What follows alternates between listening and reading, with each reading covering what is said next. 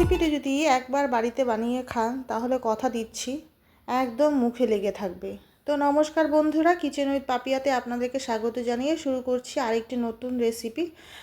এর আগের দিন আমি দেখিয়েছিলাম সমস্ত রকম সবজি দিয়ে ছোটো মাছের চচ্চড়ি, তো আজকে আমি দেখাবো শুধু পেঁয়াজ দিয়ে ছোটো মাছের চচ্চড়ি। তো ভিডিওটি সম্পূর্ণ দেখবেন, আশা করছি ভালো লাগবে।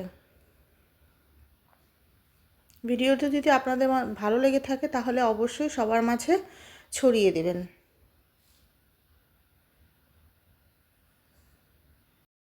তো ছোটো মাছের চচ্চড়ি করার জন্য আমি এখানে ছোটো মাছ নিয়েছি। যেহেতু পেঁয়াজ দিয়ে ছোটো মাছ করব তাই আমি বেশ কিছু পরিমাণে পেঁয়াজ নিয়েছি টমেটো কুচি, আদা কুচি, আর এদিকে হলো লঙ্কা চিড়ে নিয়েছি। তো বন্ধুরা, এখন আমি কিছুটা মশলা বেটে নেব। এবার আমি পাটায় 1 চামচ জিরে গুঁড়ো নিয়ে নিচ্ছি, আর 1 চামচ কাশ্মীরি রেড চিলি পাউডার নিয়ে নিচ্ছি। আর যতটুকু আমি পেঁয়াজ কেটে রেখেছিলাম তার অর্ধেক পরিমাণটা আমি এখানে পেঁয়াজ নিয়ে নিয়েছি, আর আমি আদাটা নিয়ে সম্পূর্ণটাকে আমি এখন বেটে নেব। তো বন্ধুরা, এখানে আমার ভালো করে মশলাটাকে বাটা হয়ে গেছে। এবার আমার এদিকে কড়াটাও গরম হয়ে গেছে। এখন আমি কড়াতে দিয়ে দিব কালো জিরে ফোড়ন।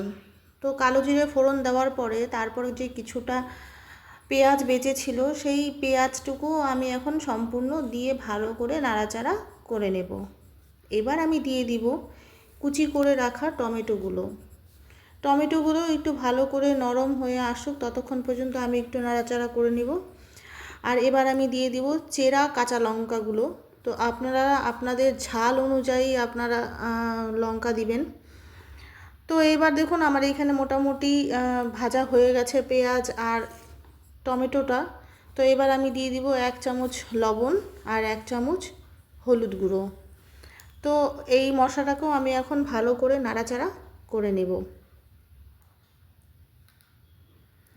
তো আমার এদিকে নাড়াচাড়া করা হয়ে গেছে। এখন আমি দিয়ে দিব বেটে রাখা মশলাটা।